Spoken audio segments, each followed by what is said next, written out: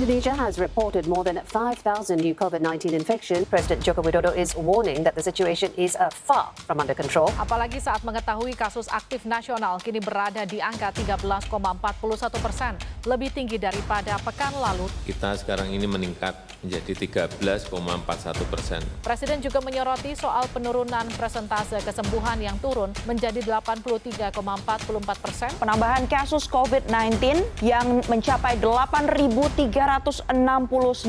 Ini merupakan jumlah kasus harian tertinggi di Indonesia dan Indonesia is unable to properly handle the pandemic. Yang menciptakan kerumunan hampir pasti bisa menimbulkan penularan, menulari dan tertular satu sama lainnya. Terus melakukan protokol kesehatan dimanapun Anda berada agar kita terhindar dari paparan virus corona.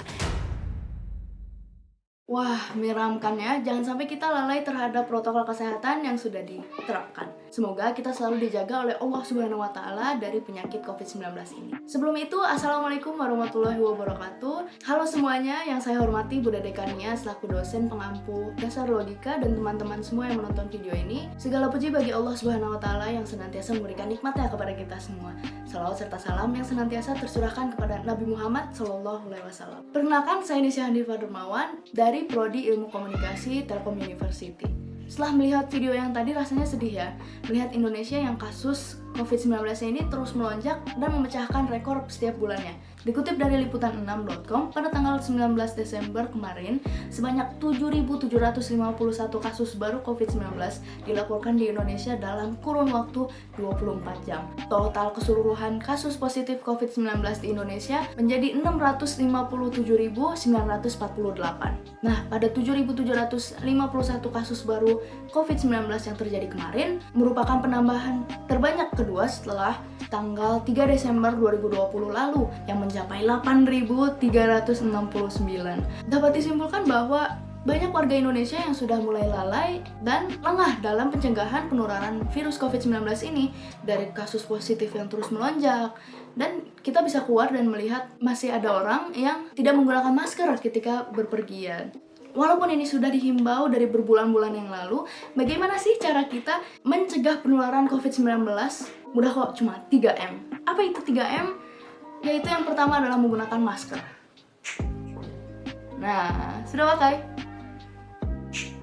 Kenapa harus menggunakan masker? Karena untuk menghindari penyebaran virus COVID-19 saat berinteraksi dengan orang lain. Misalnya kita sedang berpergian dan tidak sengaja bertemu dengan OTG atau orang tanpa gejala. Jika kita menggunakan masker yang benar dan menjaga jarak, insya Allah risiko tertular dari virus itu akan rendah. Seperti poster ini yang saya dapatkan dari covid19.go.id.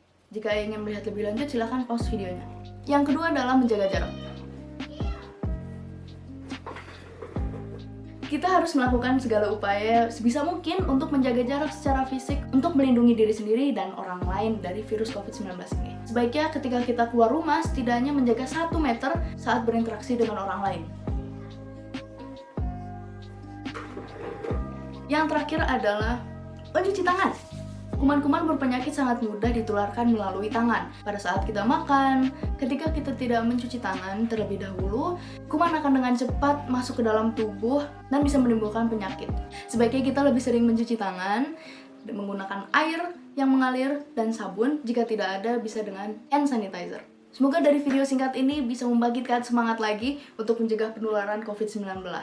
Semoga pandemi COVID-19 ini bisa berakhir agar kita bisa berkegiatan di luar rumah seperti dulu lagi. Itu saja dari saya. Maaf jika ada kesalahan dan terbata-bata. Wabillahi taufiq wal hidayah. Wassalamualaikum warahmatullahi wabarakatuh. Terima kasih.